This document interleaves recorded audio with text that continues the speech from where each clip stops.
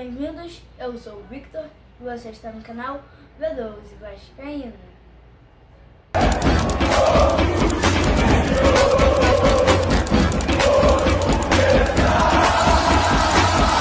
É isso, galera.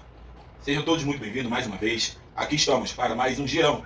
O giro de tudo que aconteceu no gigantesco, o legítimo clube do povo, o Vasco da Gama. Sim, hoje nós viemos para trazer o caos.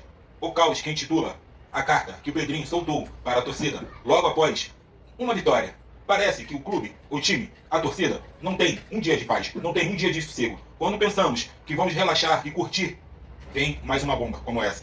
Mas o que mais me assusta nessa gestão, mediante a tantos problemas, é a geração futura.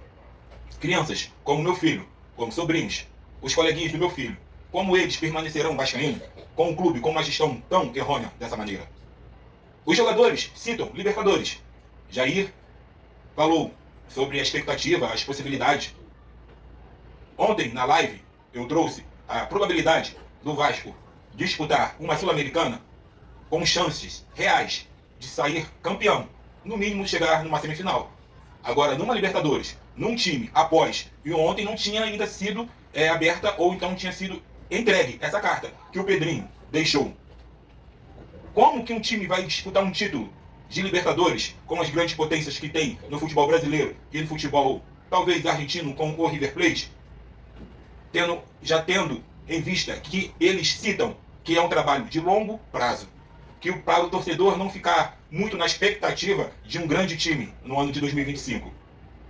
Essas coisas só corroboram com aquilo que eu trouxe ontem. É melhor ter, ou termos, porque somos torcedores, não somos gestores, termos os pés no chão, para que nós não possamos sonhar chegar numa Libertadores e ser como aquela de 2018. Quem vai lembrar a campanha patética que o Vasco fez, ficando até de fora da Sul-Americana?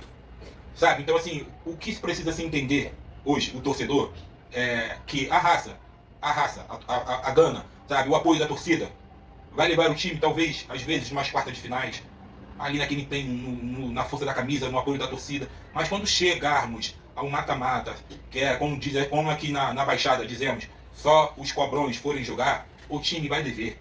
Vai dever. Vocês viram na quarta-feira o jogo que o Peñarol fez contra o Botafogo? Não aguentou o segundo tempo. Se nós formos ver o jogo que ele fez contra o time da Gávea, o primeiro e o segundo jogo foi na pura intensidade. Mas quando se pegou um time com qualidade, colocou a bola no chão, passaram mal. É o que eu não quero que o Vasco chegue e passe por esse tipo de situações. Porque o que está se montando, o cenário que está sendo montado, é que os times que estão fortes cada vez vão ficar mais fortes. Vai dizer música. O rico cada vez fica mais rico e o pobre cada vez fica mais pobre. O Vasco está numa uma iminência falência. Por quê? O Pedrinho fez o certo em ir tomar a posse para que o Vasco não virasse como eles queriam que o Vasco ficasse até setembro na mão da SAF. Álvaro Pacheco, Ramon Dias, o Vasco na mão dessa empresa até setembro, nessa altura estaremos na posição do Atlético Paranaense, do Vitória ou do Cuiabá. Fato, o Vasco estava entregue, eles só estavam no clube para colocar a mão em dinheiro. E o que mais me espanta nessa carta, que já é de conhecimento de todos os vascaínos, se eu trazer aqui e ler, o vídeo fica muito extenso. Tem em todos os sites, em todos os canais aí de YouTube, televisão.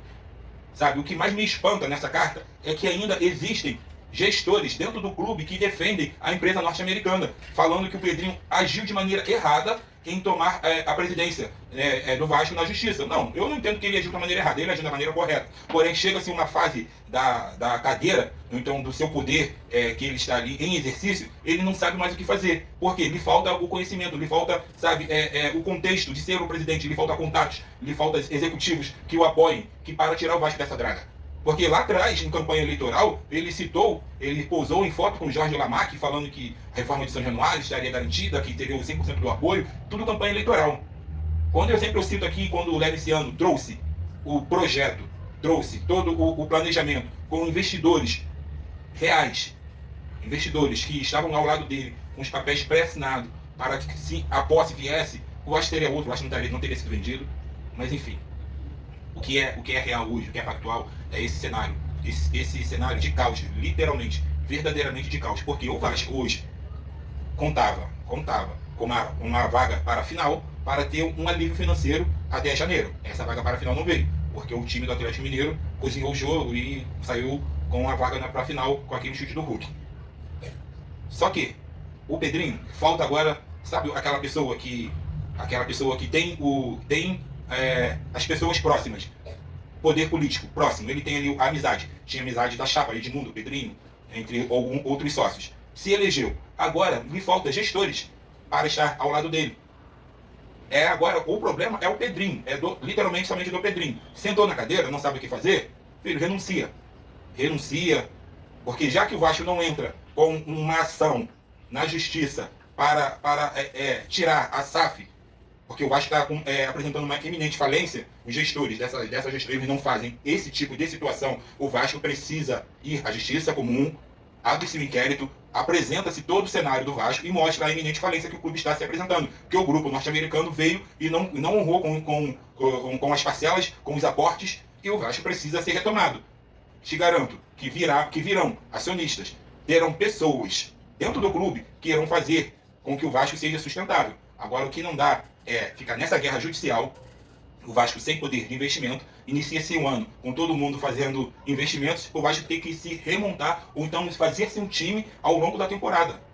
Aí fica mais uma vez para trás. A gente pega aí, a gente conversa em grupos de vascaínos. Segundo ano do Botafogo, o primeiro ano todo mundo achou que foi uma vergonha. Uma vergonha ter disputado um título e acabou que no final caiu e ficou na pré-Libertadores. Agora está praticamente na final de uma Libertadores do ano seguinte e primeiro colocado do Campeonato Brasileiro. Sabe? Aí a gente vê o time da Gávea com um ano péssimo, mas está na final da Copa do Brasil, terceiro ou quarto colocado do Campeonato Brasileiro e saiu numas quartas de finais numa Copa Libertadores. Aí vamos ver o time do Fluminense, recém-campeão da Libertadores, e vive um ano de erro de gestão.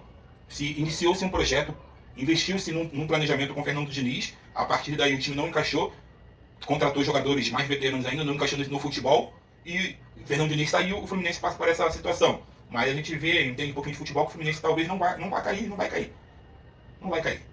Ano que vem, o time de novo, tem cota de televisão, patrocínios, venda de jogadores, e o Vasco está ficando para trás novamente. Porque o mais essencial é o que está nos faltando, é dinheiro, acionistas.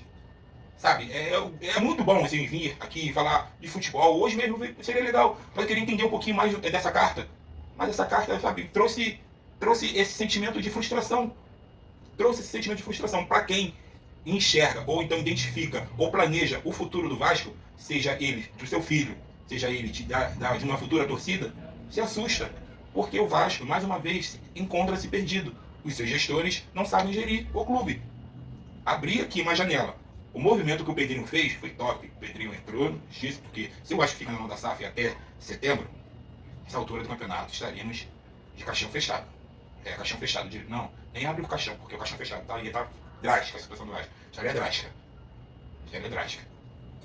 Agora, a partir daí, quando você está na cadeira, parece que você não sabe o que você faz. O problema é igual quando chega um zagueiro na frente do gol, aquele zagueiro muito pé duro, que olha para um lado, olha para o outro e fecha o olho e dá um bicão na bola. O que está acontecendo? O problema é se eu aqui, com um pouco que a gente tem, a gente entende um caminho para a solução, porque envolve dinheiro, você não está falando besteira, beleza, mas ele é o presidente, tem que tomar alguma ação, porque a transparência que nos foi passada, que seria uma gestão de transparência junto com a torcida, não está vendo.